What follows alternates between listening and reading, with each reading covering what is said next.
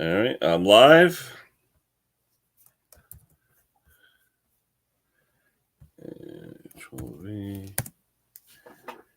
There's the link. So hopefully I may have it. 20 seconds in. Who do we got? Anybody showing up?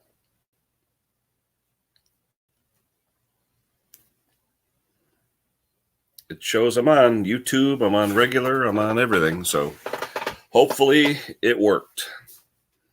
Let's see what's going on, guys. I'm in the broadcast, I'm in YouTube. Just waiting for people to show up.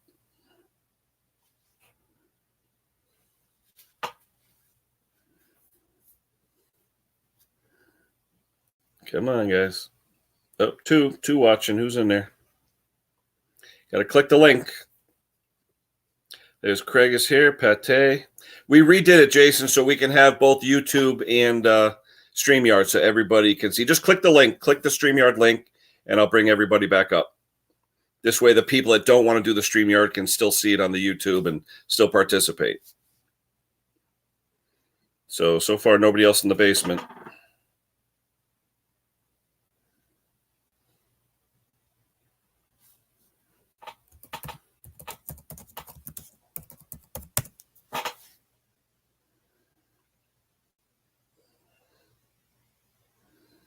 Anyone?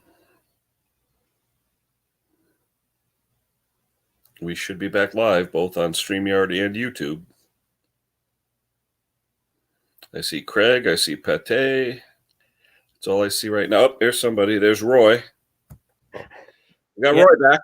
Yeah, I'm back. Is it on YouTube now too, Roy? Yes, it is, yeah. Oh, good. Okay. Hey, now I know how to do it. Yeah. I took surprise. No big deal. Yeah, it was funny because where it was showing that you had 3 lives, yeah, people might have clicked on the wrong one and sitting there, and you weren't there really. Yeah. All right. Wait for everyone to show up. Yeah, I'm sure they will. I can see the live comments. Who else is there? Craig. Yep. Craig is here, and Pate. Yeah. Yep. Oh, Pate's there. Yeah. Yep. Yeah. The what link happens? Yeah, what happened? Yeah, well, I mean, he had 3 live shows going on YouTube at the same time. And what that would have done, as it happens, it would have messed up your viewing hours. Oh, okay. I got you. Because you had 3 going at the same time. Mm-hmm. And YouTube don't like that. Yeah. Don't want to upset Big Brother. Nah, definitely not, mate. Definitely not. Nah. So, Good for you, Roy. Anything good? Yes, mate. Yeah, not too bad. I went to what you call we call them boot sales here, but you have them flea markets. Oh, okay. Yep. Yeah, I went to there this morning and had a look. There was a couple of bits there, but I didn't buy them. There was too much money, mate. Mm-hmm. But all right, yeah. We got some people back. Cool. 1 second.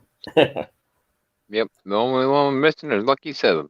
Oh, hold on. There we go. Wait a minute. If anyone else wants to come up, Ken, you can drop me out, no problem, all right? Right now, it's just us. And, hold on. What you been up to, Snobby? There's Lucky. I'm in the shed right now. Shop, whatever you want to call it. I call it a shed. Same time, if somebody else is in the basement, you could drop me at any time. Don't worry about it. Just hit that button. Yeah, me too. Willing to share.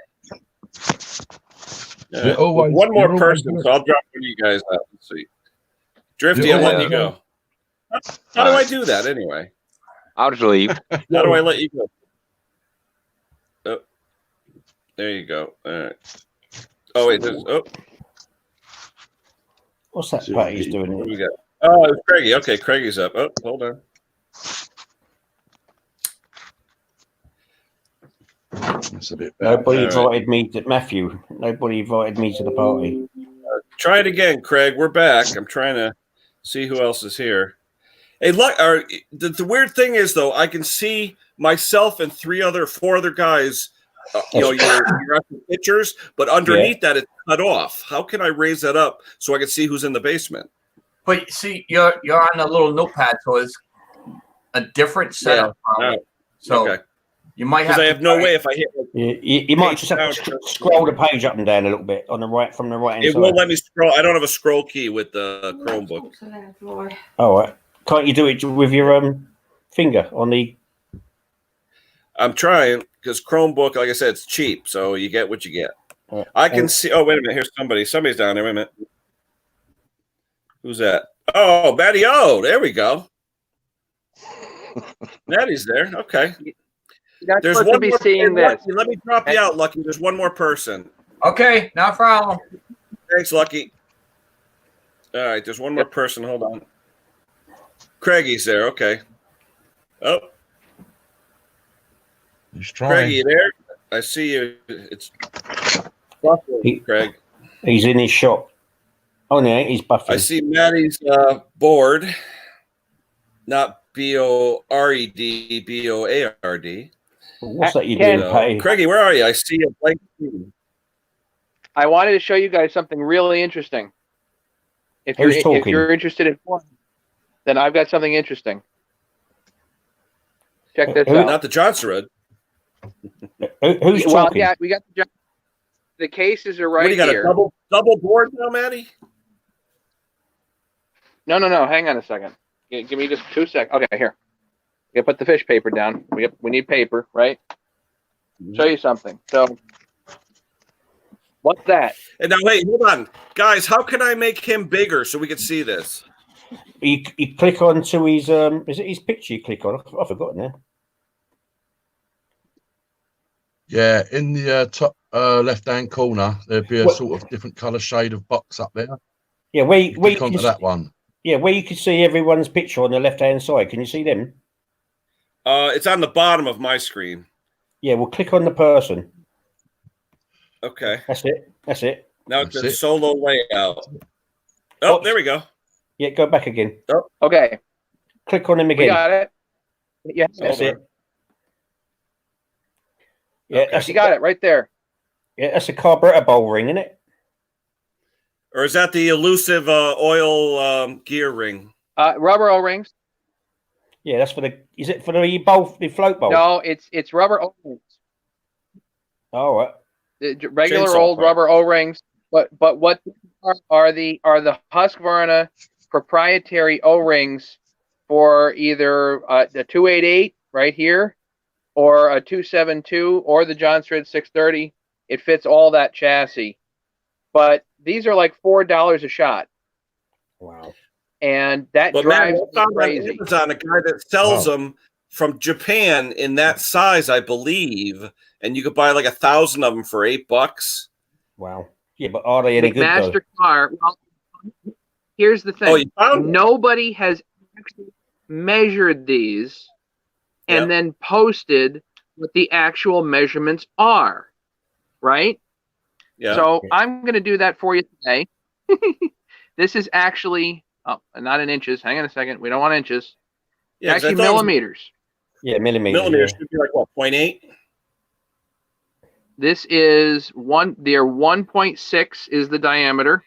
Oh wow. It's 1. It would say 1, but it's actually 1.6 is the diameter of Yeah. the thickness of the O-ring. That's it. Yeah.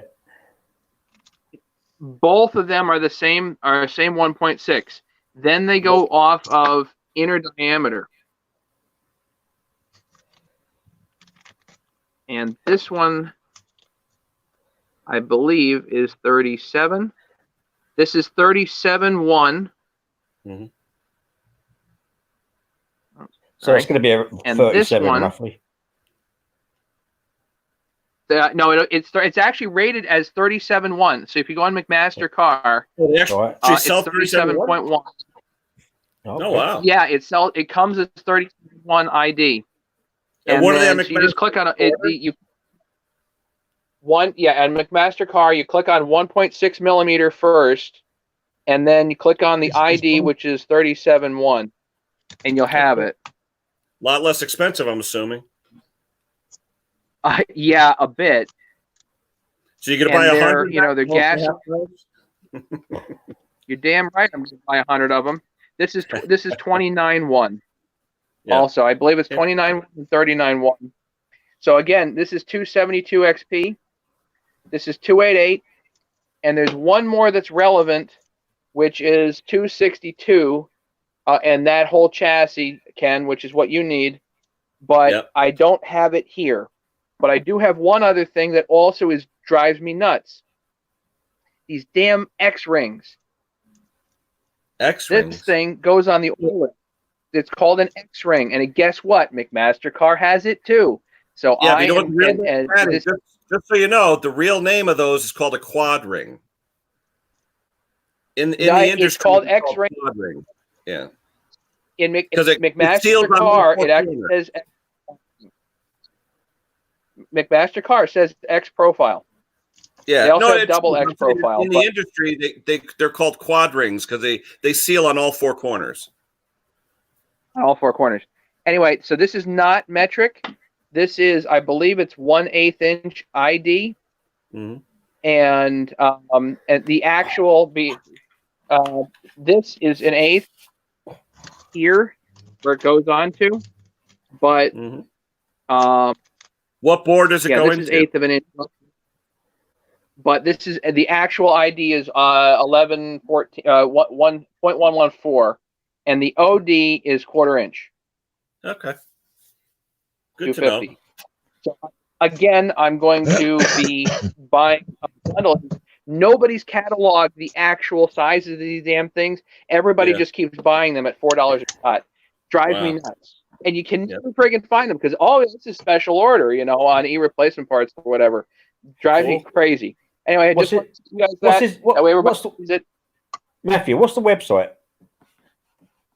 Oh, it's McMaster. These are on McMaster.com. McMaster's, what was it? Sorry?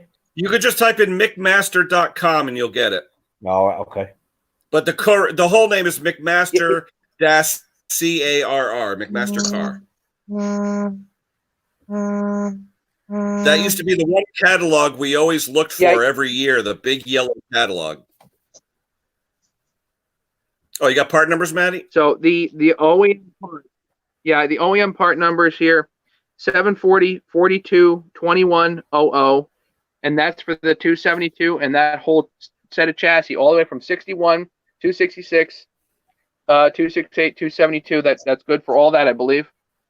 And then 7404 22 400, and that's for 288, and that whole chassis 181 288 281. And I think these X-rings are good across all these chassis because they look like they're the same for any style oiler like this. I think even 394 uses it. So if I can get a pile of these X-rings, I'm going to be really happy. Sure. All right, let me back you out. Hold on. Back to your regularly scheduled programming. There you go. Oh, what did I do? Now I got Craig. Hold on. Well, I don't have you. That's fine. There we go. I'll watch Craig. Craig, you're dark. What's going on? Well, I'm trying. All I got's just your YouTube, and it's dead. I can't get nothing else. Did you click the Sreamyard link or whatever? Yeah. Let me back out and come back in. Yeah, because you're definitely on, Craig. It's just I have no video of you. Okay, let me back out and come, because I was having some issues with my internet there a little bit ago. All right. Maddie, are you going on later with Mason or anything?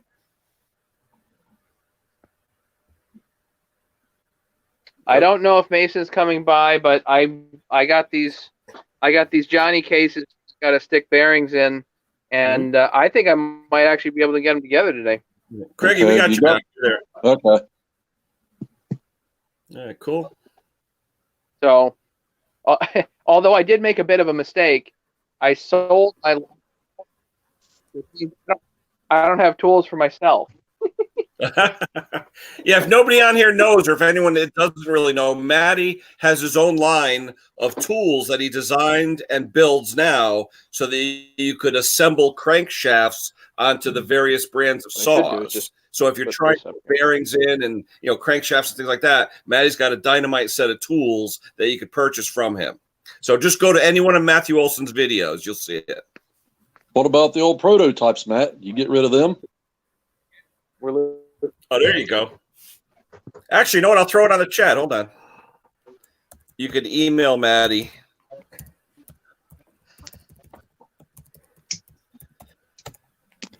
All right. There's Maddie's email, just 1 ampersand. And then anyone looking for tools to work on your chainsaw, installing bearings and crankshafts, all that stuff, click on Maddie's your email audio and he'll set. if that was working. Is it only me? But is anyone experienced like a breakup of communication? Oh yeah, I just had a big issue with it. Yeah, so I'm thinking I'm getting like a lot of. Can you guys hear me? Yeah, I can hear you. Okay. I mean, It's like sometimes there was a small period of time there that I couldn't get at anything. Yeah. Craig, you were all broken up for about 30 seconds. Yeah. I think there's a big delay in between everyone who's talking. I think that's what it is. So, and that's why some people are talking over each other. What's Pate doing up there? A shop tour? I see him walking all around. Don't know, but he's on mute. You can unmute him. I can unmute him? You can unmute him, yeah. I don't think you can unmute him if he's muted himself. Yeah. I thought the host can. Oh, No, wait not a if he's minute. muted. Okay, hold on. No, okay. No, Give it I'm a trying shot. to. It won't work. Nope. No, it says can't unmute your Right. guest because they chose to mute themselves. Okay. Big message came up. Right. Well, he must be using some really good language then. Either that or he's got a camera on his I'm head not and he doesn't know it. He's just walking around. Yeah, I love I mean, the I'd be state of his interested to see toolbox. what he's It's lovely. doing. Isn't it? So what's up, Snobby? What's going on? I'm just in my shed, just Scrapping. prepping up some wire strippers for people that have asked for them. Oh, well, What do you those, have, something those you blocks you made, yeah. Yeah, just that simple wire strip one. I pressed together 2 sheets of hardwood to make it a little bit thicker. Glued them. They're only about 1/4 of an inch thick. Now, So is they've that been so you drying. can recycle the copper, Snobby? Yeah. Okay. That's just really thin stuff. Yeah. Some So people what do you say, do? Put it in, just drag it through? yeah. Some people say it ain't actually worth it because the price you get for it, like actually insulated, Mhm. is not much better. Well, it's no better if you actually strip it. You know, Mhm. Yeah. you get a What weight do you get for the for it a actual pound? cable itself, Yeah. but then you do get a better price if it's bright wire. So, I mean, mine's only a hobby, so it's not a living. Yeah. Years ago, you didn't get a good price if you burnt the wire.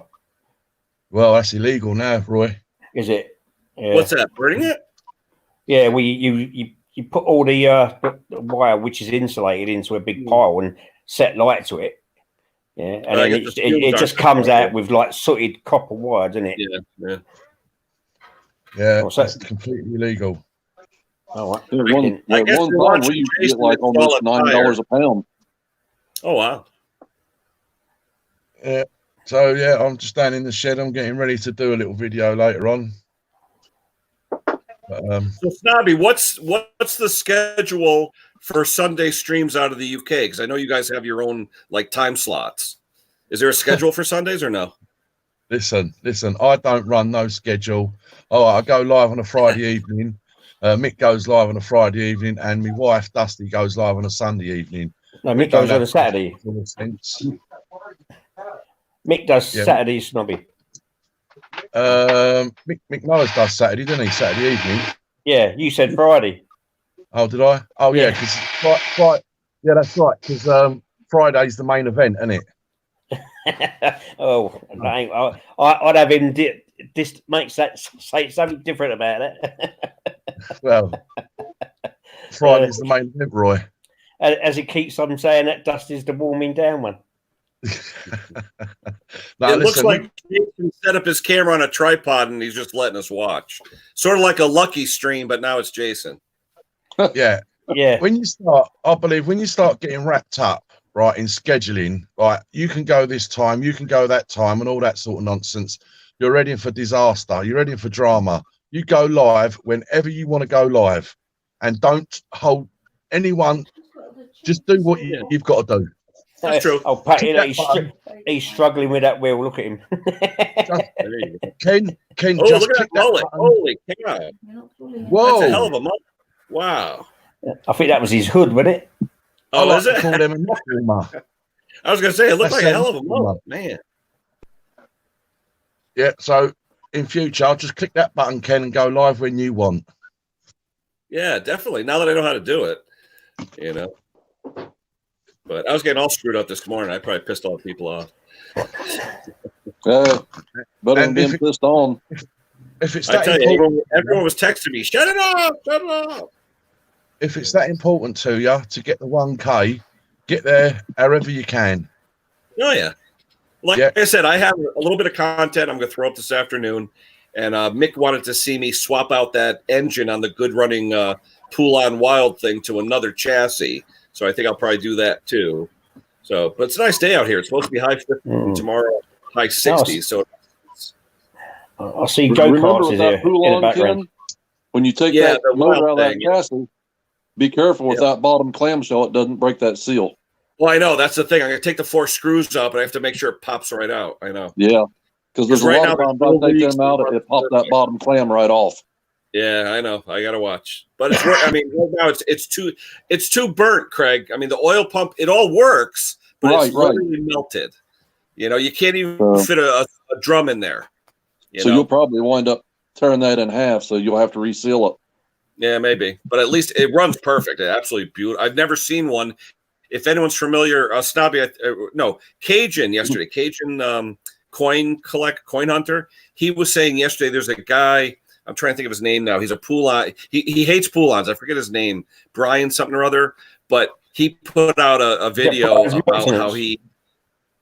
What is it? Is it Brian's maintenance? No. No, I'm trying to think. Anyway, I'll think of it. Anyway, gone sideways.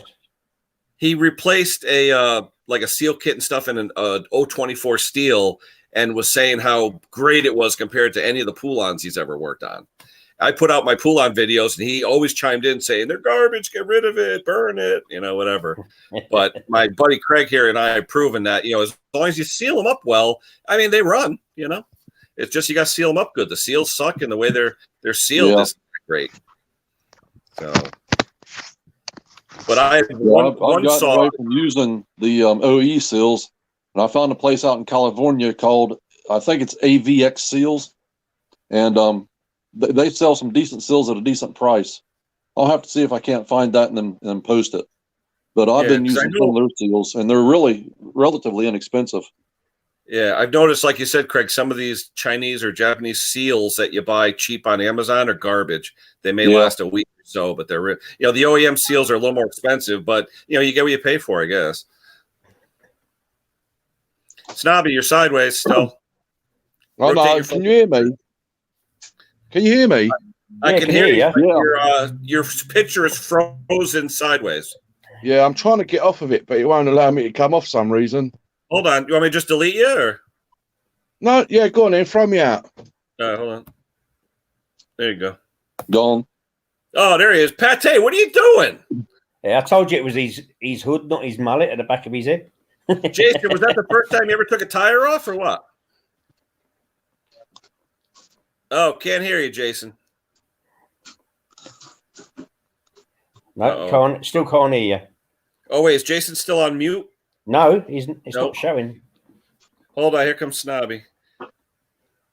I can't hear you, Jason. We've got no audio. Snobby, you're still back with the sideways picture still. I can't see no picture. No picture, but it's showing on my screen in the basement as sideways locked like it was before. I'm going to get rid of you one more time, Snobby. Try it again. Pate, we can't hear you still. Wonder if he's got his, because when I come on this last time, I had to select audio and adjust my mic level. Yeah, because it shows his mic is on, but there's nothing there. Yeah, he might have it. He might have his mic muted.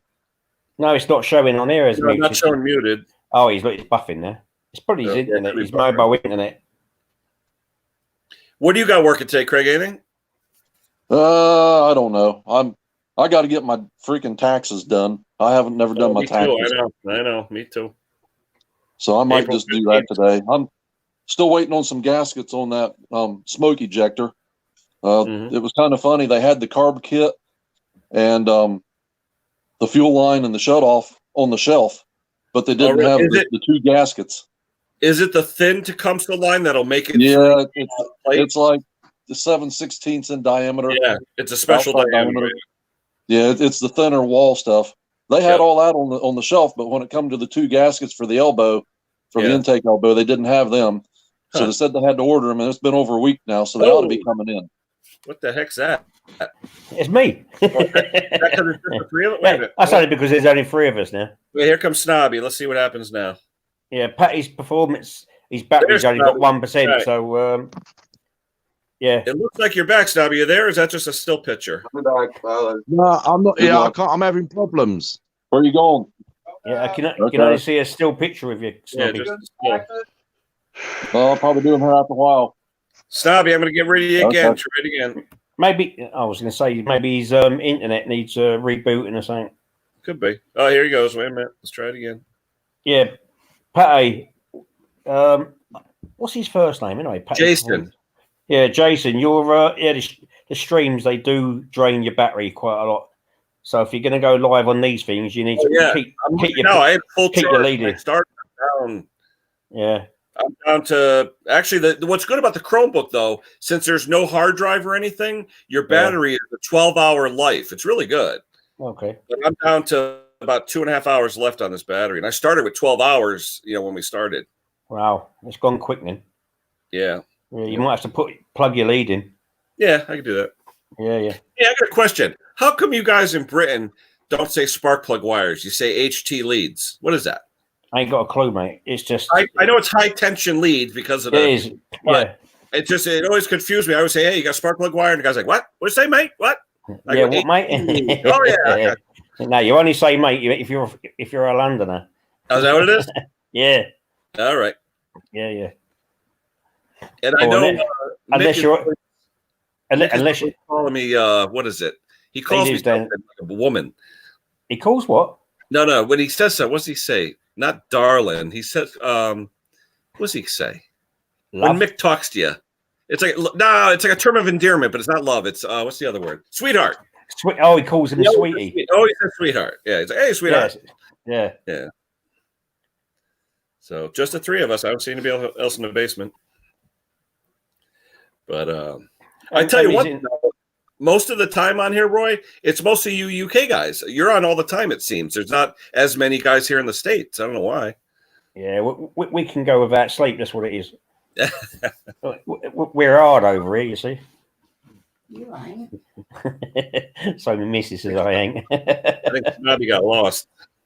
Oh, here, Nikki, we're smarter. Nikki, why don't you join us? Click on the link, Nick. Here, I'll put it back up. Hold on. Who's this? Nikki Walsh, is it? Yeah, in Ireland.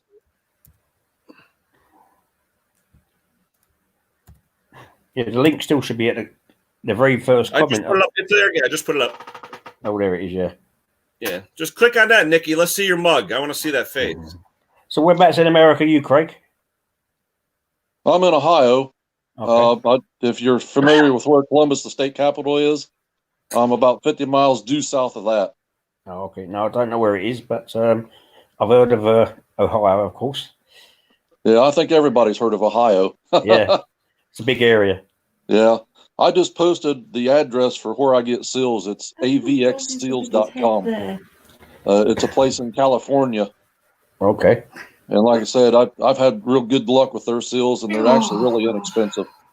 Now, even the inserted ones, like on the clamshells? Yes. Oh, nice. Yeah, they do all kinds of seals for all kinds of different shafts, radials, and stuff like that. Huh. I mean, that's their main business is seals. Mm-hmm. Oh, you know what it is? I could put it on how I want to see it, depending on how many people are here. Oh, okay. There we go. Still nobody in the basement. Where's everybody? So everybody just left, huh? I know. Snobby, you trying to join up again or what? Nikki's got no way. Come on, Nikki. I want to see your face. My wife just says to me, "Why is my head the biggest out of the three of us?" That's because it's closer. That's why. Nikki, if I can get on here and show my ugly mug, you can too, buddy. Hey, Craig, I was going to ask you, today's haircut day, should I give it the old Craig Timmons or what? Well, that's entirely up to you. I mean, I got my mop cut off yesterday. It was That's almost okay. down to my shoulders. What, did you have a beard yesterday, Craig? Did you? No, my hair. Oh, My just hair the was almost down to my shoulders yesterday. I hadn't had my hair cut in like 3 months. Oh, right. So you had a mullet, what they call it. Yeah, well, almost. It was just my wintertime mop. Craigie does work with the fire department stuff, so he had to get it cut off. Yeah, I gotta keep a clean shaven face, so if I have to put my SCBA mask on. Oh, fair enough, yeah. But I mean, my hair, I can let my hair grow, and in the wintertime, I'm outside because I load semi-tank wagons. So I let my hair grow in the wintertime for the insulation, keep my head warm. And then when it starts getting warm like it is now, I start sweating real bad, so I cut it off and keep it real short. Oh, fair James, enough. we'll talk to you later. Good luck, buddy. Yeah, I haven't had long hair since See you, James. Good luck. 89. No, sorry, 1980. Wow. I was almost graduating high school. Yeah, that was when I joined the army, so that was it. It had to come off. Yeah. Yeah, and it's funny. I mean, even when I left the army, I've always kept it short now. Now, No, I over there, usually Roy, keep it is like Army this. mandatory or is it all voluntary? No, it's all voluntary. Yeah. It used to be compulsory. But I think they stopped it in the 60s. Yeah. I mean, like I said, I wasn't in the military, but I believe it should be at least 2 years. Just Oh, for the yeah. discipline. Well, that's what they used to have here. I mean, they only did that because after the war. Yeah, I mean, yeah. Yeah, But I'm saying the discipline. Everybody I know who was in the army, the best people, unbelievable. Yeah, I mean, if they brought it back, I mean, as compulsory, yeah, I mean, the amount of people would leave this country would be unbelievable. It'd be a mass exodus. Yeah, Definitely. Yeah. Yeah. Like I said, I more for the discipline, not for the war. You know. Yeah. But I just think it's great discipline, especially for those who don't have it. Oh, I think it is. Yeah, I mean, you've got countries like, well, both Korean countries, China, Japan, they've all got it. Yep. Oh, yeah. Well, even friends of mine that come from Russia, mandatory. Yeah. I mean, and then done your military, they tell you either go back to school or here's your job. So it doesn't hurt anyone doing a bit of military. No. Oh, no. Actually builds character. Absolutely. Oh, yeah. I mean, look at me.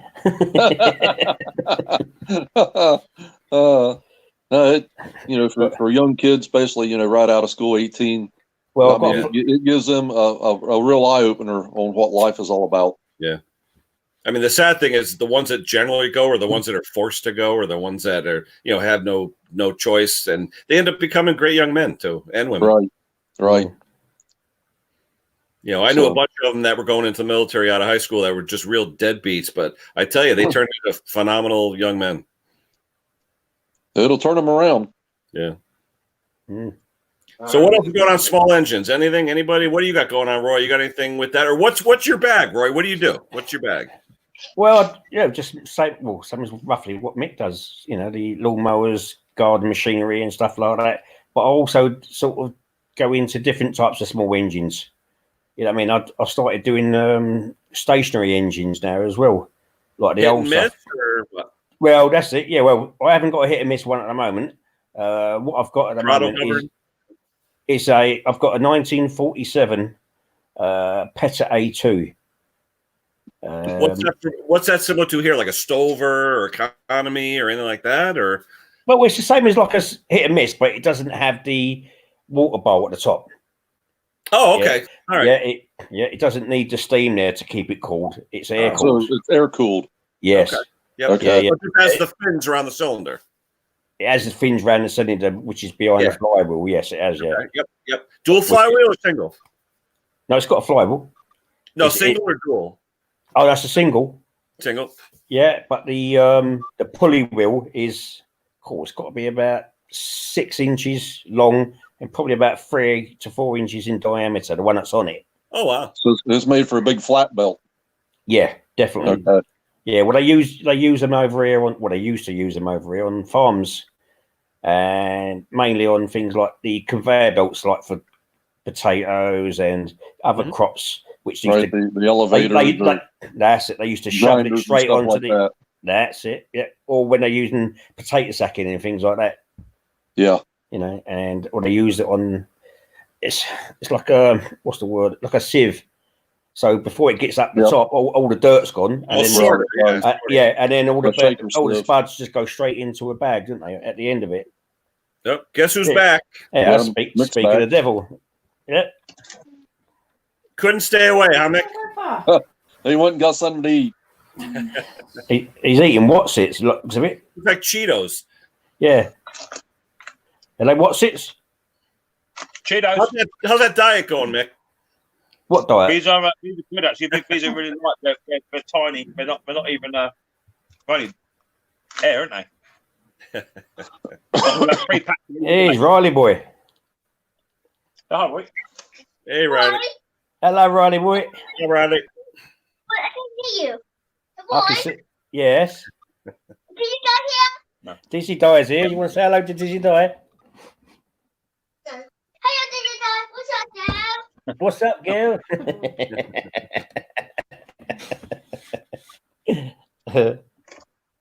How you doing? All right? Let's put his earphone back in. That's it. Yeah. Yeah. So I've got that one. I did another little small engine. It was an old 1960s Robin engine, which I think was used on a whacker machine. If you watch that video, that was quite funny at the end of it, wasn't it, Mick, when I got it started? Yeah, shot of a box of workshop. Yeah. Let's get the right.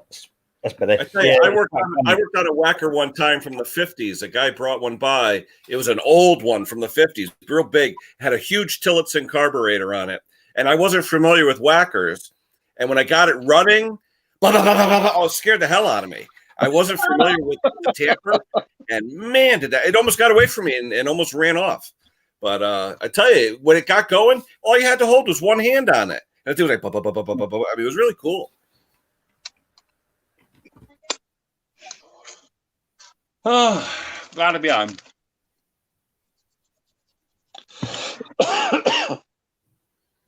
Yeah, every time I turn that off, put that in there, it's turning my mic off for some reason. I can't hear what you're saying. You've got to put it in the microphone instead. Yeah, what? You get a chainsaw done, Ken? What's that? Lend me your You get one. a chainsaw done? No, today I'm going to do it, Mick. I'm going to try and swap it out. But Craig made a good point. The 4 screws that hold it onto the bottom, if I'm not careful, the clamshell will separate, then it'll leak. So I just got to be careful when I do it. That's good. Yeah. Because this one don't leak anything right now. It runs perfect. That's why I'm like, should I? I could probably get a Dremel, grind out all the burnt stuff so the drum will fit, but it just looks crappy, you know? Yeah, swap it out. You're all right. Because the oil's fine. It's just melted, you know? Yeah, it's just cooked, isn't it? It's been run with the brake on it. Oh, yeah. Melted. The brake band is like tissue paper. That's how thin it was. Yeah. I can't believe they didn't realize what was going on. Yeah. It's just people bring you stuff sometimes and they think you're a magician. You know? A whacker with a reverse. The problem is that you should be able to buy an economy saw in a shop that when you have the brake on, that chain should not run. Oh, exactly. Absolutely. Yep. You know? And this is the issue. People are buying these saws from his places. They have the brake on because they don't know what they're doing. Yeah. They squeeze out the throttle, and eventually the clutch just burns out, and the brake burns out, and you know you can then run it. So it's bad, really. This thing got so hot, Mick, that it took all the temper out of the spring that holds the clutch. So the clutch literally fell apart, the 3 pieces. Yeah, it's bad. And that's the problem with homeowner saws. Nicky Walsh has asked me, have I ever seen a whacker with a reverse? No, I haven't. Yeah. Reverse. I bet that's funny to see if it didn't have a switch which does it. It just went backwards. Well, that's an ideal. Because I've got a problem you there. realized that something was wrong with it. The plug to my earphones on the laptop ain't working there, so it doesn't matter if I plug it in, it's not connecting. If it ain't connecting, why have you got your earplug still in there? No, I'm trying to get it working. So He's got good ears then. the socket's broke. That's what she said. I just picked up 2 mowers for nothing, which is cool. What's that, side of the road, Mick? No, they were just advertised as free to collector. Nice. One's really rough. The deck's completely shot on it, but the engine's got compression, so it's a possibility. But I've got one in a bottom of garden, exactly the same mower. The back has no compression, so engine swap and make one out of two. And the other one is only about 6 months old. Huh. Ken, I'm going to take myself out of this. I'm going to restart my laptop. All right. Second, Ken. I need to see if I can fix this ear socket. All right. All right. Go ahead. What did you say, Ken? No, I was watching. Who's your buddy? Martin? Is that the guy with the wife that does the retro restore? The one with the dog having the poo in the garden. The one, yeah, when he did the mower video. Yeah, I was watching that yesterday. Yeah, it's pretty good. Did you see the one where he done the window cleaning? No. He's got another channel called Butler's Empire. Okay. And he's got 3. He's got Retro Restore, Retro Hacks, and Butler's Empire. And he done a window cleaning product on Butler's Empire yesterday. And just as he was recording it, in the background, his dog was taking a massive dump on the lawn. That's funny. I got to check that out. But he was working on a mower yesterday called a Sovereign. Is that something that's popular over there? Yeah. Got sovereignty. They do. They don't do anything commercial. It's mainly just small push mowers or mowers with small drive. And they do them. They're anywhere between a cheap economy to a not, I would say, a semi-professional, but sort of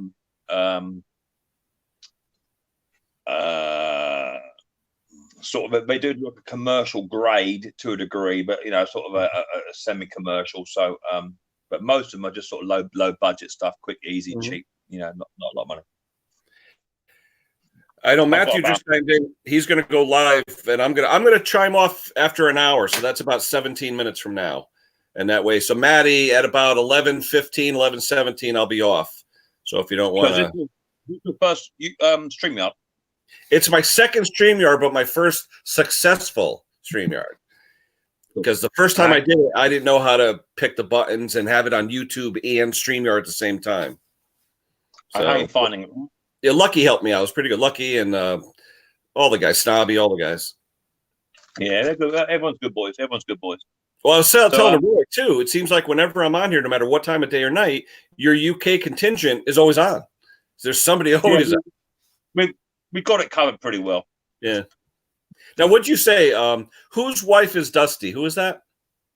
Snobbies. Now, she's got a stream going on or something? Tonight, 6 o'clock UK time. Oh, no, 6:30. Oh, here comes Snobby. Got on 3.5 hours.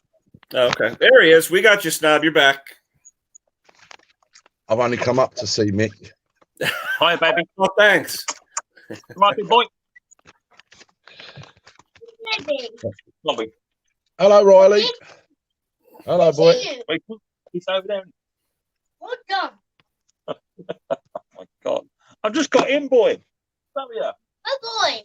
Hey, Mick, are you on the phone? Because I see your mate, pictures this way. See what? Your picture's this way. Are you on a phone? Yeah, on my phone, mate. Yeah. Okay. Yeah, I'm on my phone. Yeah. I probably could do it this way. We could. Yeah. There you go. All right. Oh, yeah, that's better. Oh, that's better. Oh, now it came back. Yeah, it does. It does an automatic thing. It does pretty much like us. Now you're locked. Oh, there you go. Now you're defining gravity. There you go. It won't do it. It's just a stupid phone, and it's got a mind of its own. So What happened to Roy?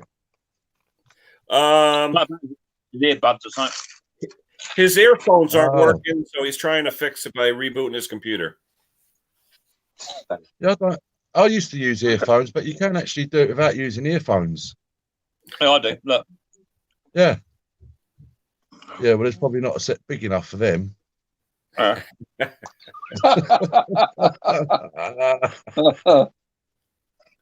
We do wiping off the eyeshadow, Mick. What are you doing? Yeah. Wiping off my eyeshadow. You're gonna get that yellow Cheeto eyeshadow on, you know. Trying to start a new trend. Get my Cheeto on. I'm knackered, I tell you. Yeah, so this time for you, Ken, this could be actually a good slot for you on a Sunday afternoon. Yeah, no, I mean, right now, I went on, it was around 9 o'clock U.S. time. So it was around, 9, 10, It's about 1 o'clock. after 11 right now. Yeah, it could be a good time. Yeah. But like we said, there'll be no schedules. The problem is that there is so many people pushing for the 1K and going live at the moment. I think there's quite a few people just hitting it, so it's quite a common thing to be on people's toes and what have you. Mm-hmm. It's what it is. Just push a button when you want to. Yeah, that's all. Yeah, it's like Snobby said. If whoever comes on, that's all. Yeah, exactly. Yep. And then that way you've then got the choice of watching wherever you like. It's like no different to turning the TV on. Do you watch Sky News or do you watch Tractor Pulling? You watch what you want to watch. There's too much on TV. Too much. Well, the TV's on now only because Riley Boy's got Netflix on, but I haven't watched proper TV in probably about 5 months. Yeah. Well, it's funny. We say here you have 300-400 channels, but nothing's on. Yeah, same here. Same here. Well, not until about 1:30 in the morning. Well, if there was a 24-hour Mowers channel, then I'd probably be tuned into that all day and night. Yeah. I wonder where everybody is. I see Mrs. Pate was spying on her husband here. Was she? Well, to be fair, he needs controlling. Yeah. Oh boy. Oh, that's better. Taking Roy a long time to reboot that computer. What's the Butler's Empire other channels? Martin Butler's 3 channels are Butler's Empire, Retro Restore, and Retro Hacks. Has he got Martin Butler as well? Yeah, I think he has got a Butler one as well, hasn't he? Yeah, I think he's got 4. Mick reminds me of a Telly Savages playing Daddy Warbucks. What's Daddy Remember Warbucks? Telly Savalas Kojak? Yeah, Kojak. Telly Savalas was the actor that played Kojak. Remember Who Loves You, Baby? With the Who Loves You, Baby? Get your sucker out, Mick. Aye? Get your sucker out. Yeah. Not a little lollipop. I haven't got a lollipop. Wish I had a lollipop. I ain't got one. How? That's how I feel, Mick. Just go live at any time. Well, I mean, it's up to you, Mike. You know what I mean? At the end of the day, it's your channel, it's your interest. And if you need the watch time, or if you need, or film need to do it, then just do it. I don't need the watch time. My channel is relatively self-sustaining on just the videos alone, so I don't need to go live every day. I don't feel the need. I have to once a week for 2 or 3 hours is 3 hours maximum now. Is more than enough for me. But if you're in a situation lucky where he's at work, generally works on his own, put a laptop up and chat to people as he's working, then why not? What does watch time give you, though? I mean, for someone like me who doesn't have the 1,000 yet, watch time really doesn't help me with anything, does it? Of course it does. You've got to get your watch time up. So when you do hit your 1K, you go for review. Your watch time is up, and your 1K is there, and that's it. You go for review. Oh, So you, as long as you've got your 1K. Yeah, because if Yep. it takes you more than a year to get the 1K, the hours that you accumulate today will start to drop off. yes. oh, You'll get 365 days, and if Yeah, you haven't yeah, hit that 1K, then they will start to drop off. So if you do Oh, like okay. a 5-hour stream today, Yep. yeah, come in 365 days time, you will Starts lose to some of drop that. off. Okay. Yeah. Yeah. So it's It'll a start to it's a drop. rolling 1 year. That's why I said to you earlier, do whatever you can to get to Yep. 1K. Yeah. You know, Like Mick said, it's all content, all about content. right? know You what? are Do you know limited. You are limited you're- to 2,000 subscribers, right?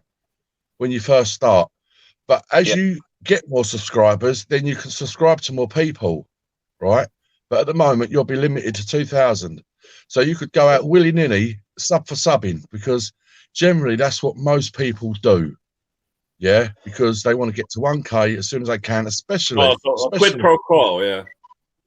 you know, especially if you're not like a real popular channel like dumpster diving. If you do dumpster diving, you could get like 1,000 subscribers in a week. Yeah. Yeah, 'cause that's real popular right now.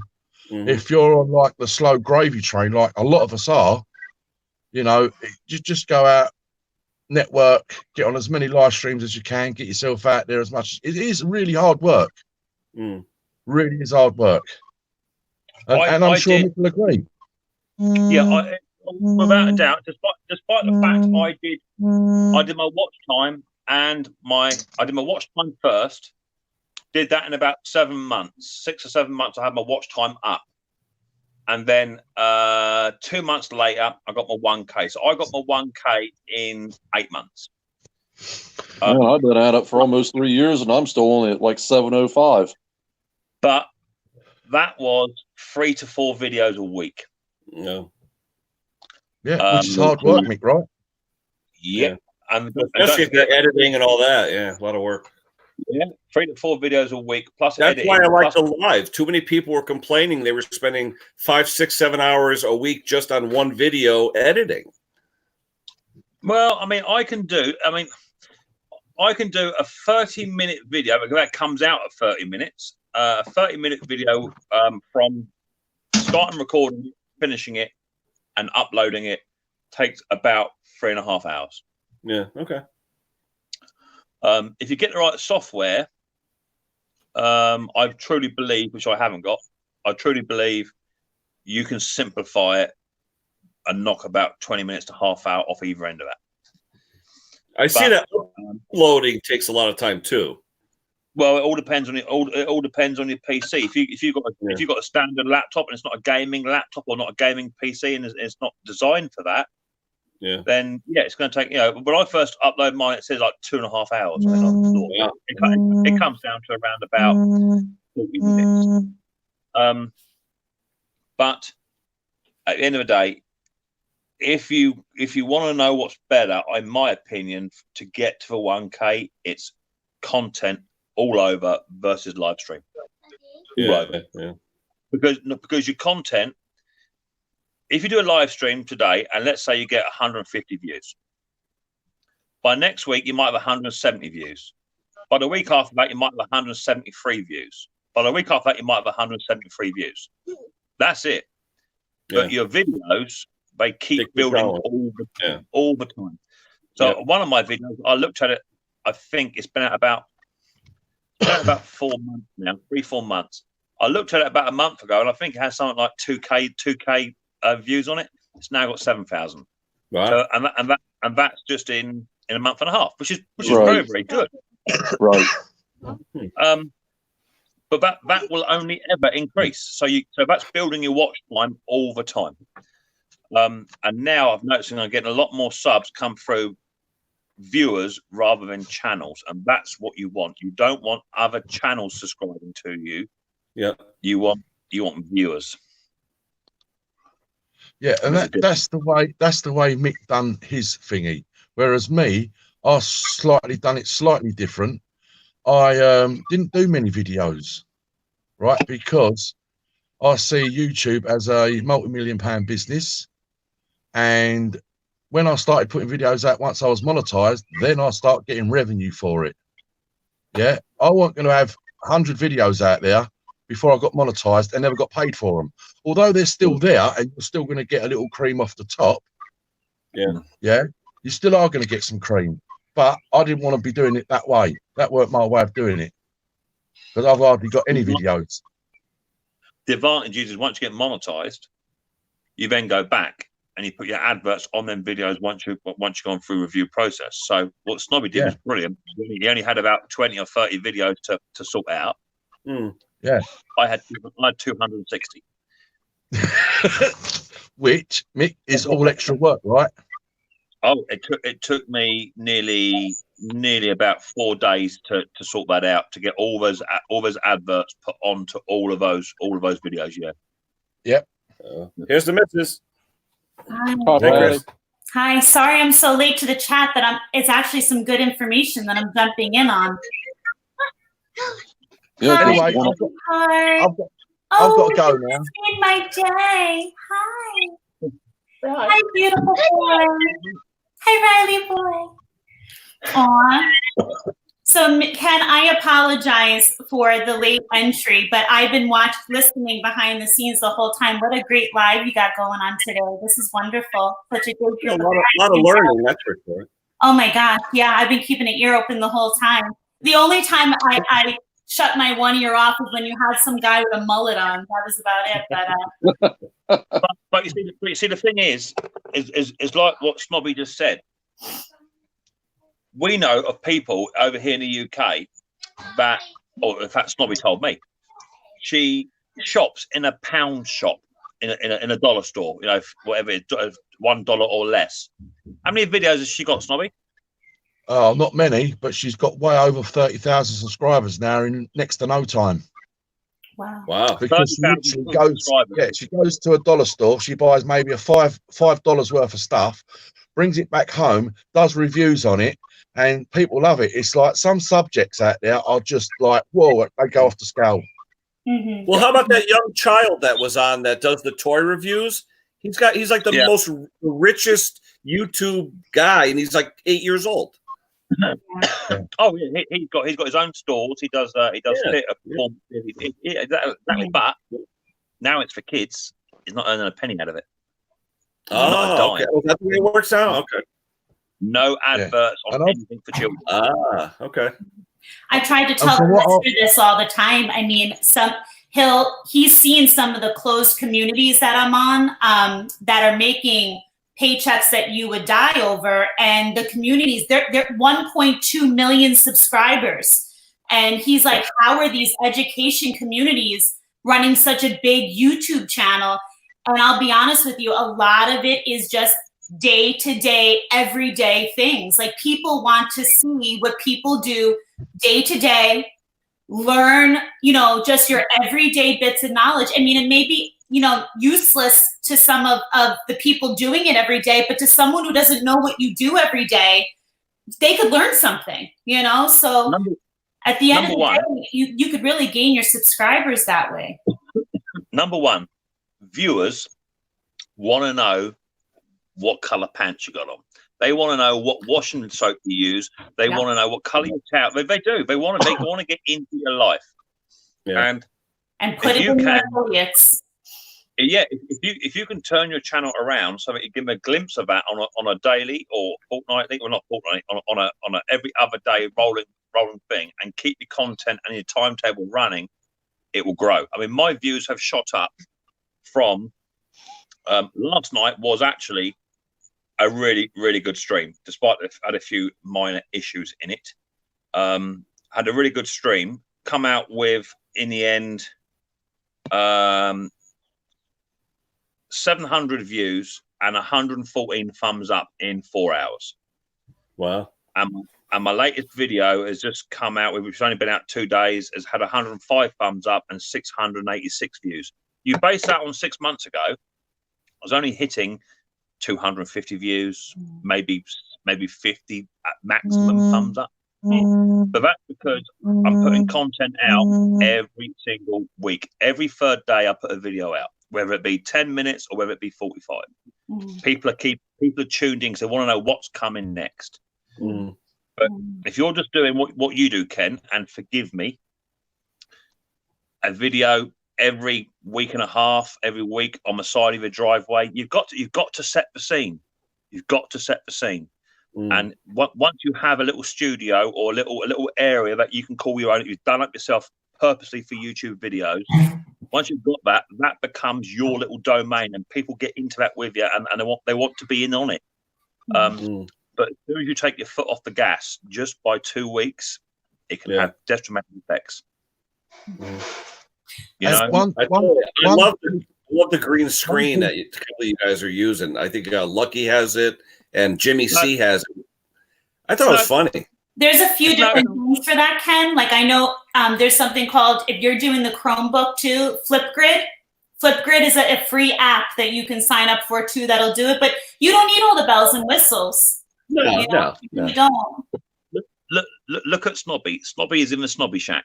It's just a little tiny brick-built shack. That's his workstation. That's his YouTube studio.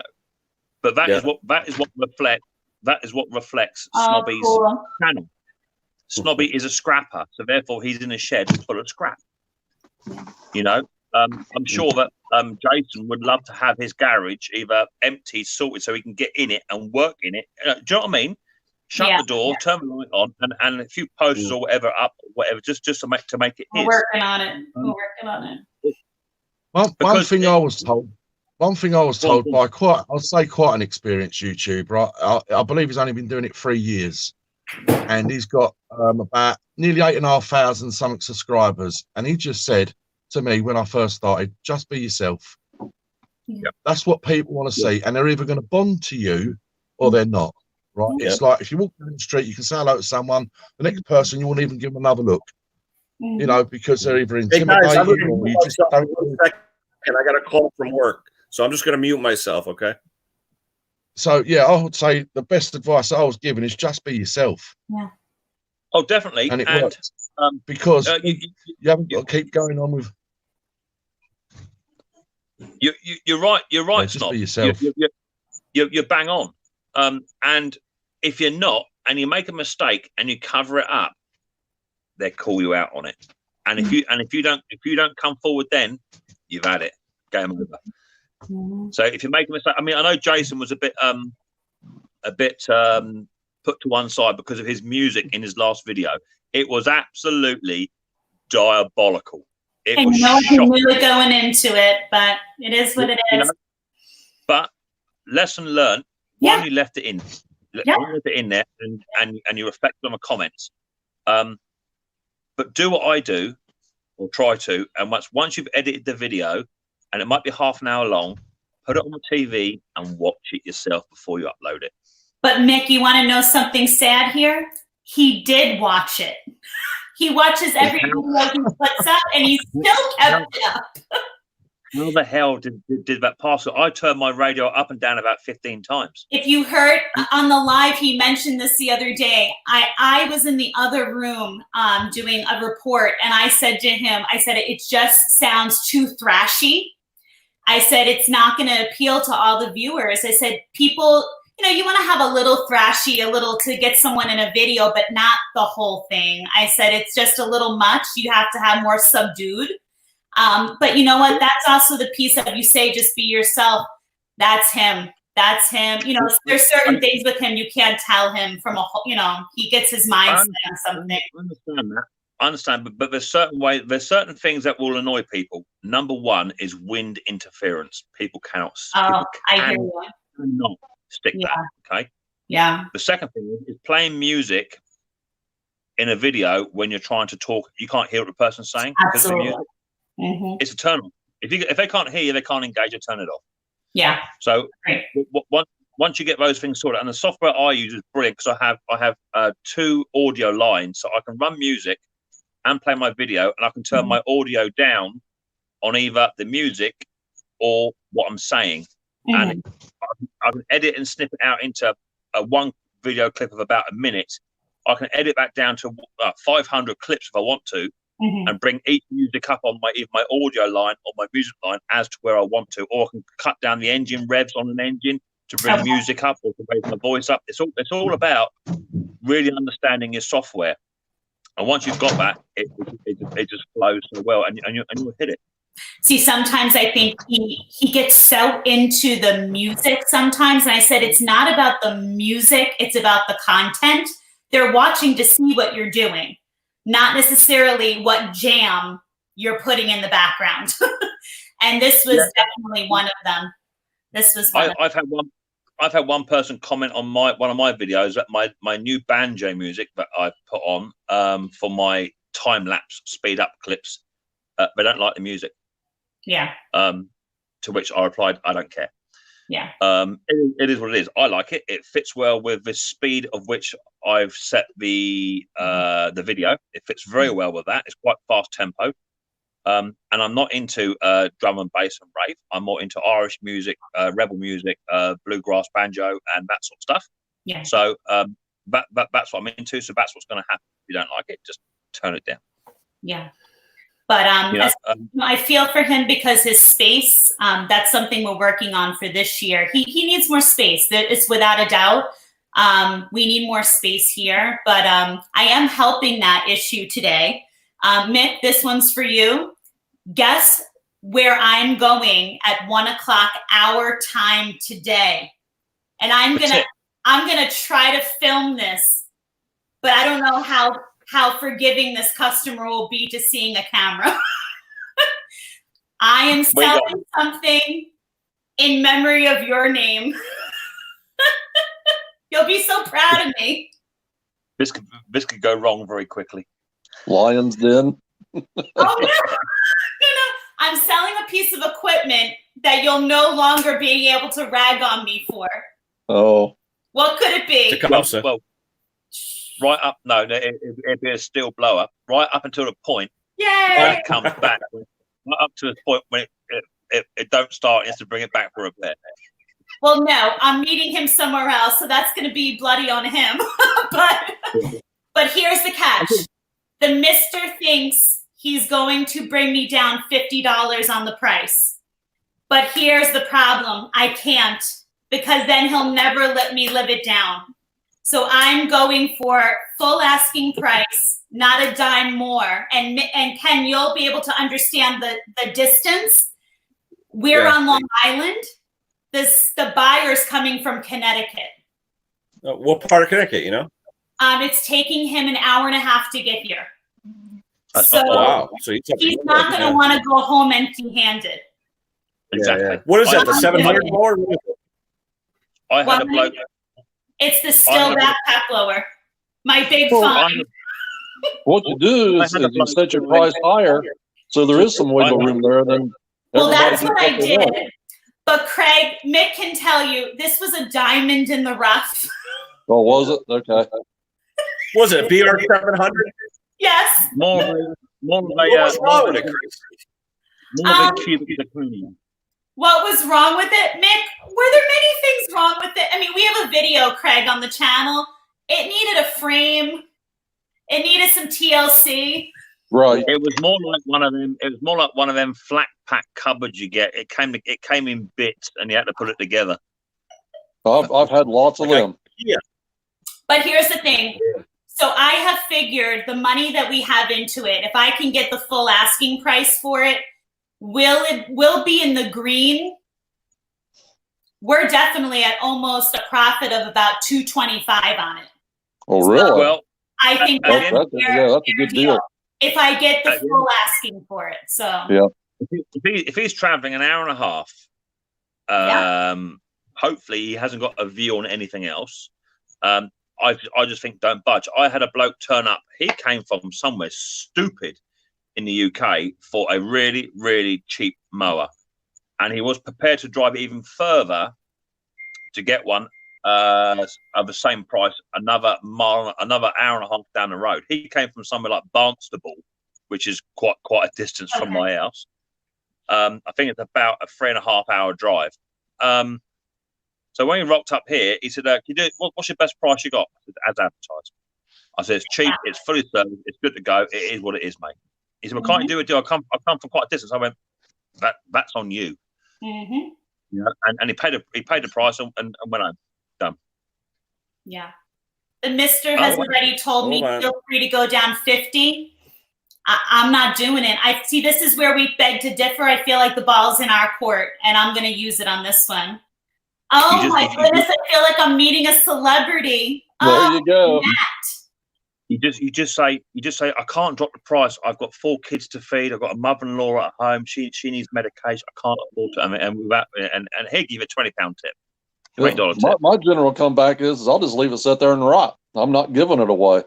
You know what? And it's a backpack blower. We've got room for days for those. It's not like we're storing a lawn tractor. You know, Right. so it's fine. Yeah. It's the beginning of the season. Someone's going to want My favorite is garage door. Yeah, exactly. Yeah. That's like that SH86 blower I just got done with. I've got $135 in it. Mm-hmm. So if I sell it, I'm going to have to sell it for at least $150, and I'm still losing money at that. Yeah. Exactly. Yeah, hold out. Yeah. Yeah. That's the beauty of a blower. You got time. You've all got your price in your head. When you get something, when you buy something in, before you even start working on it, you've got a price of what you want to sell it. That's what you're thinking of. And once you get it running and you tally up your bill, you've then got another price, and you know that you've got to sell it for either rock bottom price for that to break even, which no one wants to do. Right. Because on your own machines that you're working on to sell, that's labor of love. You can't charge yourself labor on that. Exactly right. You've got to have that number in your head. And I've got a mower coming today. It came in for free. It's only about 6 months old. I already know what I'm going to sell it for, and I already know what will be my rock bottom price. And guess what? They're both the same. Yeah. Right. Yeah, but on the flip side of that, Mick, you've got the price in your head what you want for it, but what you actually get for it is a different story. Yeah, exactly. Yourself, right? Everybody is looking for a bargain, even if they get $10 off or they get a tenner off, right? That £10 means that customer may potentially come back and buy a second item and maybe a third. Yeah, because he feels better. Yeah, he feels better for him. You can never go. You can never go up. You can only go down. So you might as well reach for the stars to start. So. You can put in the discount in the asking price. Yeah. I mean, I can honestly say no one ever offers around here our asking price. That's why we always go a little higher here. So also know that they can. and what you can also do, you see, another little trick is on Facebook Marketplace. If you sell on there, put your item up for whatever you want. You're reached the star's price, and then a day later, go back in there again and drop it by $50 or $20 because it'll say $140 crossed out was $170. So it's already been reduced once. But they don't know if that's actually your asking price, but they think because it's already come down once, they're not going to come down again. That's what I do. Smart. Well, that's what I'll do if I want $100 for something, I'll put 115 firm. Because whenever they say firm, they figure, oh, he's not going to do anything. So then he goes, well, can I give you 105? And then they feel like they got a bargain, and you got your price. So, well, and also we experimented. Was it 3 winters ago when we were getting hit hard with the snow? When we actually had snow, the mister said, "No, it'll never work." I said, "Let's not price snow blowers at like $500. Price it at $499." Yeah. $399. I kid you not. We couldn't keep a single snowblower in stock. Just seeing the price at $99 instead of $400. That was a lot more appealing. A honey to a bit, like they couldn't help themselves. Just seeing the difference of a price by $1 was attracting them around here. Yeah. People like to feel like they're getting a deal. How much does it's marketing. How much does your old man charge for a standard push mower service? Standard. He really doesn't go by whether it's a push or a self-propelled. It's an hourly rate. And I'll be honest, you want to know where he got that from? He got it from 2 places. He used to charge $65. Now it'll be about $75. And it came from basically what they're charging in the local shops around here. He takes their price and he shaves off because they're a business. We can't call ourselves a business out of the house. They'll mail you for it. And then he started asking me, because I run a business of my own outside of my main job, and I'll get 125 to 175 an hour doing what I do, but I've been doing it for 19 years. So I said, your value has to be worth something. So It is. every year he charges a little bit more, but it doesn't matter what I'm fixing. He goes by the hour. But you see, what I charge is I charge a set price for the service, which technically is my hourly rate. Yeah. Then I charge plus parts on top of that. Now, generally, what happens is something else will come up. I don't know. Let's say it needs a carburetor tune, which is not part of my service. Okay, a standard service. So if it goes into the ultrasonic cleaner, it's another set price. If it's cleaned by hand, it's another set price. If it needs a little tiny carburetor spring to govern the revs, that's another little price. And before you know it, the price of what I charge for standard service plus parts has not doubled, but it has significantly got larger. And it's always funny how it always ends up to be, I don't know, if I have a price, it's something like £68.50. Yeah. £68.80, because they're then going to give you a 70. Yeah. And they're not going to want no change out of that.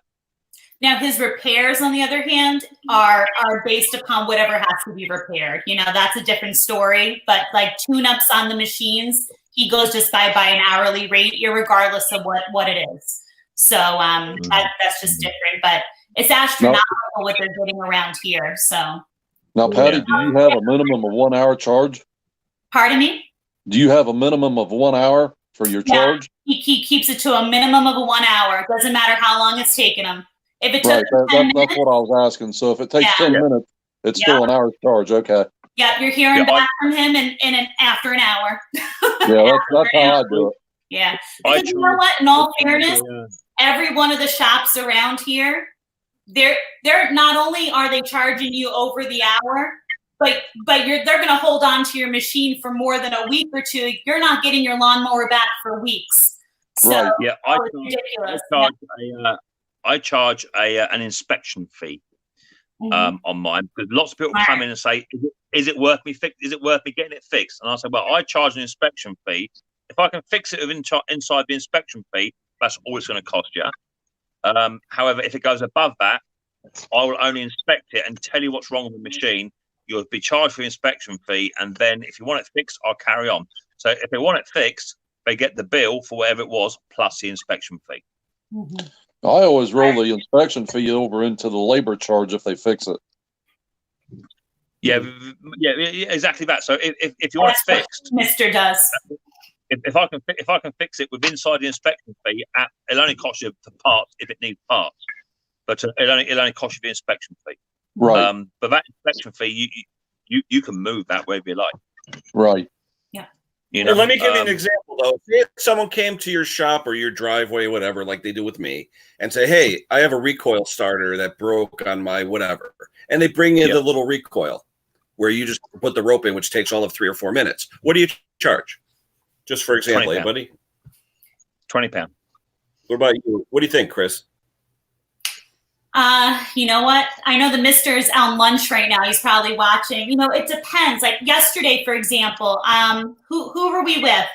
Mick, were we on with you? I can't remember who we were on with, but we actually had an old client of mine who now became a client of the Mr. He came up the driveway with a Husqvarna and the lever broke. He's been using Gorilla Glue. And, Mick gave a real good suggestion of just welding it on. And, or if the Mr. decides to order the part and put it on, he may turn around and not charge him the hourly rate, because he's a return customer. He's bought equipment from us before. It's like a case-by-case basis sometimes, so he doesn't always treat it the same way. Mick's shaking his head no. I know. Mick's going to say you have to be consistent. 20 is 20 is 20. I'm sorry. Yeah. He's not inviting you to his house for dinner, is he, for free? No, but you know what? For about 7 years, he was paying me a decent price to work with his kid. So, it's hard. We kind of owe him. If there is an advantage for you and you alone, then do it. Yeah, but there is. doing something for free is not for me. I had a fella last year turn up. He was a commercial guy, and he couldn't even rewind a pull cord on his trimmer, and he's commercial. Okay, so he turned up to me with a pull cord and a pull cord assembly, and said, "Can you fix that?" Yeah, cool. I'll pick it up next week. I'll do it for you right now. No problem. So I haven't got time. So it's going to take me 3 minutes to do it. Literally 3 minutes. As long as the spring ain't broke, take me. I said, okay, cool. I did it, and back to the inspection fee. That's what I charge. Yeah. But if I didn't do it, and he put it in the shop, he might have to wait 3 weeks for that. Yeah. I know right now he's thinking probably about $30-35 because whether he welds it or the part, it's going to cost him a near nothing to do it. That's what he's thinking. All the time he's working on that, he's not working on someone else's machine to put in money. So you have to, if it goes, like I said, I had a bloke come up to me, he had an MS-180 steel chainsaw, okay, a little while ago. Nice little puppy chainsaw. Said it's a bit tricky to start. Okay, I said, bring it in, I'll have a look at it.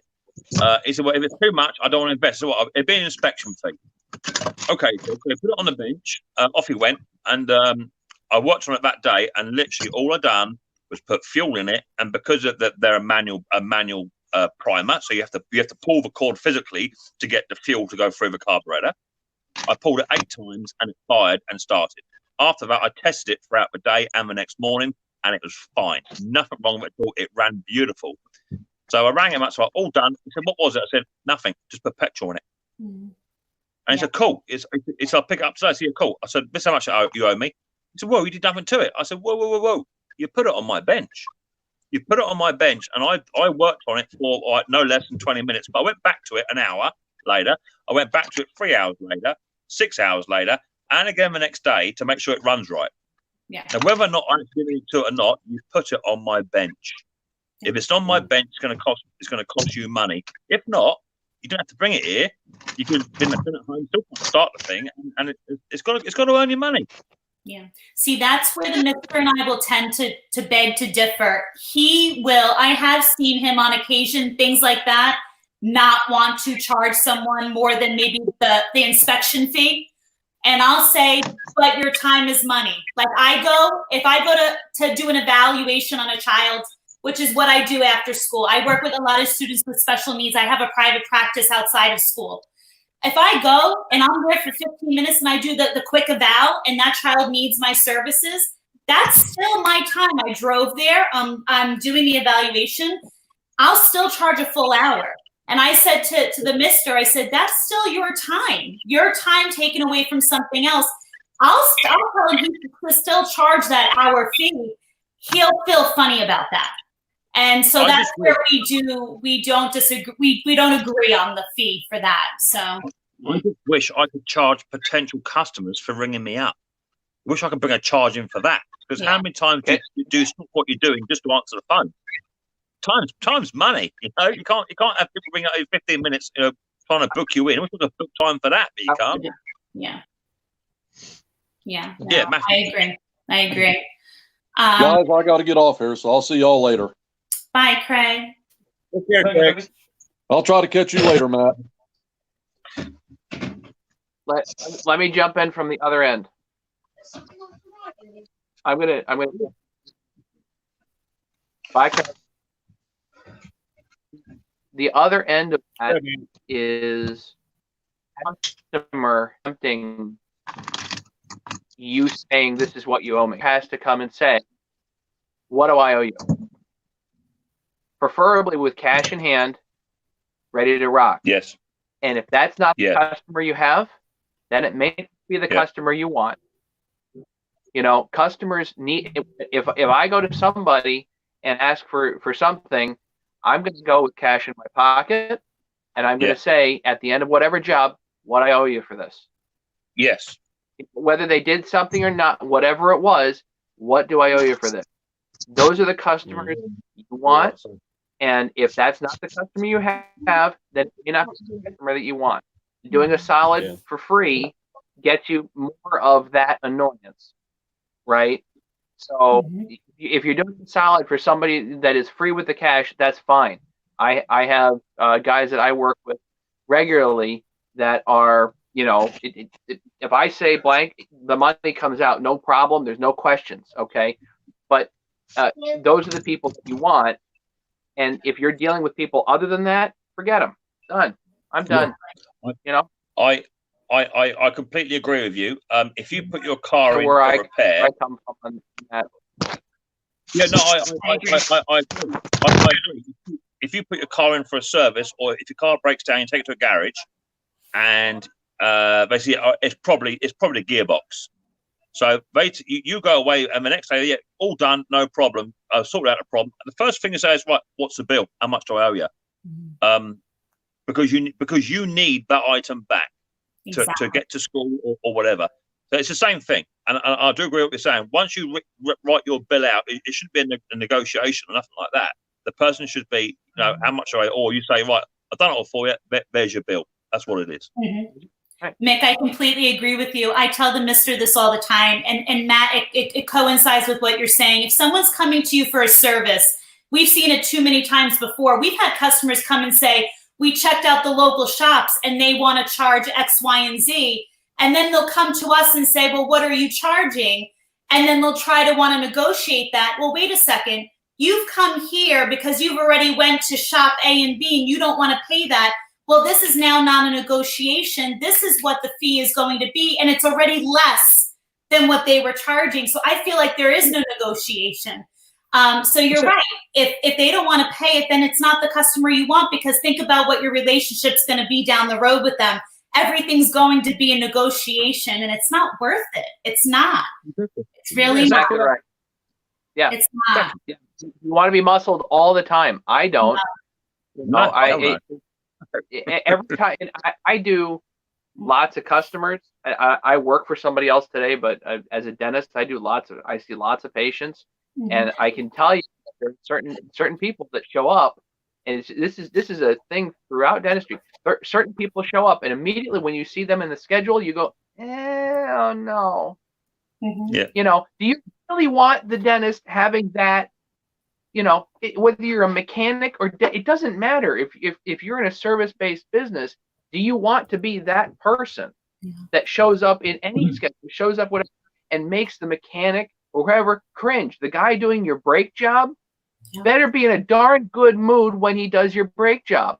Why? Because you're going to kill somebody. If, you know, same thing. Why in the world would you want to piss off the one person that has now dedicated their life to helping you? Yeah, exactly. And yourself in and I think the only other industry I can really think of that are in a worse position than us is actually the lawn care guys, because there's plenty of room for barter, because there's nothing set in stone as to what you should charge. So they go out and they price a lawn up, and they say, I don't know, $65 to do that lawn. And they go, 65, that's a bit pricey. Well, my answer to that is, that's my price. Yeah. That's my price. That's what it is. I'm not here to negotiate so that you had a price come in for 75, but you're trying to get another $10 out of me. That's my price. I don't need the work. I don't want it, but if you want me to do it, that's what it's going to cost you. I know so many people say, okay, do it for 45. Why should you cut $20 off of your own time just to make somebody happy? They want you to do a service for them. Yeah. And probably somebody you'll never see again, right? Yeah. But exactly. I gotta tell you, it's everywhere. It's everywhere. First of all, Matt, I have such a respect for your field. Before that, I've been in teaching now for 19 years. Before that, I worked for a dentist who's like family to us still. So love good teeth. But Mick, it's the same way everywhere. I mean, Mick, the work that I do outside of my main profession, parents are coming to me because their children have severe needs and they can't get in services for their special needs children in school. I have the ability to provide those special services or get special services for their children in the school by writing these reports and doing these tests for their children. And they will sit there and know that I'm their final resource, and they know that I can get those resources for them. And do you know they'll still sit there and want to negotiate? Yeah. Are you serious? And Chris, just an FYI, my wife is a paraprofessional. It's your child. Okay. And I'm already charging minimum. But just to let you know, my wife is a paraprofessional. Okay, My hat she's goes been doing off. it. Absolutely. She's been doing it for years and years, but they're making minimum wage Absolutely. for handling special needs kids. Absolutely. And they break their stones all the time if they want a nickel raise. And it's ridiculous. They treat them like crap. Yeah. And they have the worst, not worst, but they have the most difficult children to deal with in the whole school. Absolutely. The minister's mother was for 34 years, exactly what your wife does. And in my room now, because I hold 9 degrees, so they figure, oh, she can do both general ed, special ed. I mean, it's amazing what they put in the population. Exactly why I'm finishing up my doctorate now to run the building. But at the end of the day, you know, in any profession you have, whether it's lawn care, whether it's small engine teaching, whatever it may be, I don't care if you're into rug shellacking.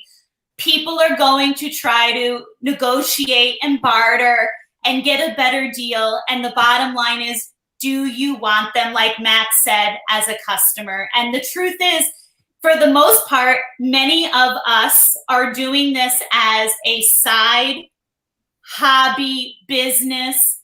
And I don't think anybody wants that headache. At the end of the day, if you ever get arrested and go to court, and the judge says to you, your fine is $700,000. You don't go, I'll settle for $650. Yeah, let's you know what I mean? It ain't going to happen. You pay your bill and you move on with your life.